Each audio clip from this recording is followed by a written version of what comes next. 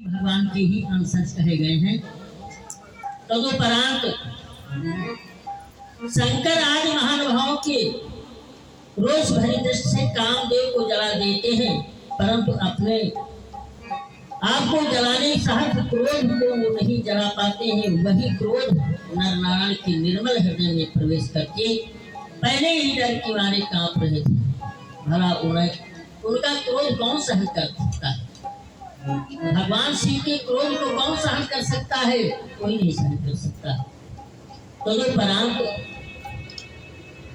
भगवान के भाव में एक आता है, भाव जिन्हें आप ध्रुव नाम से जाने जाते हैं। उत्तानपाद मन और शत्रुपा के पुत्र जो हैं, जिनका नाम है उत्तानपाद और प्रियव्रत, दो पुत्र हैं। उत्तानपाद नाम उनका क्यों रखा गया? वैसे तो संसार में सभी जीव उत्तानपाद हैं। उत माने ऊपर,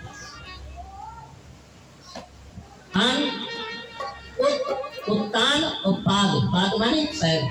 सभी जीव अपने माता के गर्भ में उल्टे ही हैं। पैर ऊपर को है, सिर नीचे को है, इसलिए हर जीव उत्तानपाद है। ये हम आपको शिक्षा दिया जाता है, हमें बताया जाता है कि ये जीव, हे जीव तुम उत्तानपाद हो।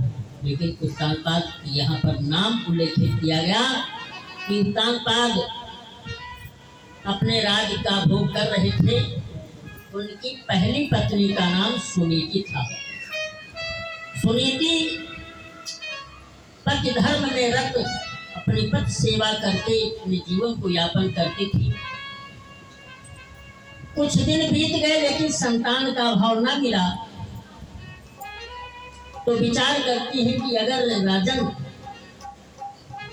मेरे संतान नहीं हुई कोई बात नहीं, लेकिन राजा तो कई विवाह करते हैं, एक नहीं अनेक विवाह करते हैं।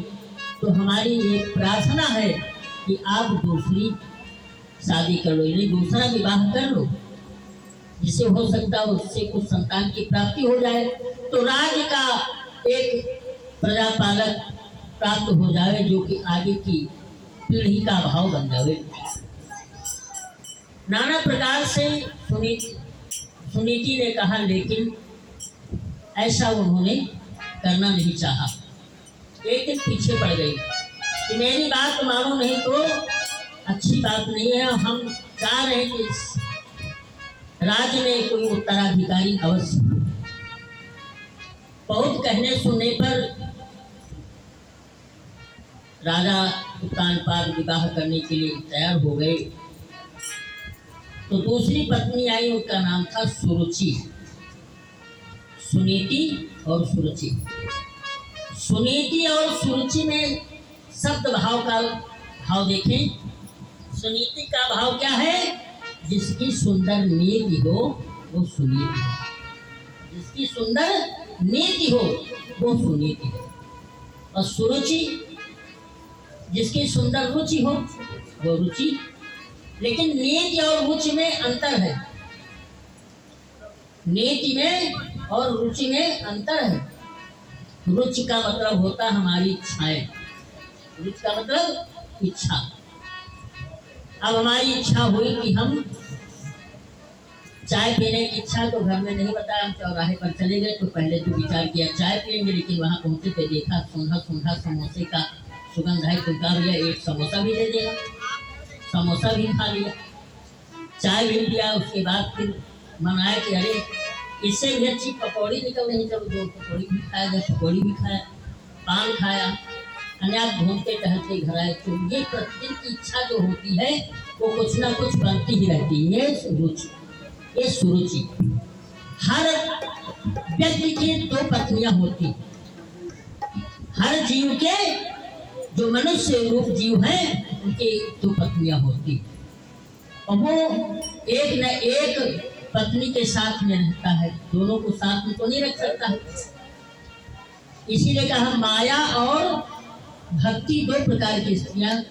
ये धार्मिक प्रवृत्ति में बताया गया है कि दो पत्नी होती हैं हर व्यक्ति के, एक माया और एक भक्ति।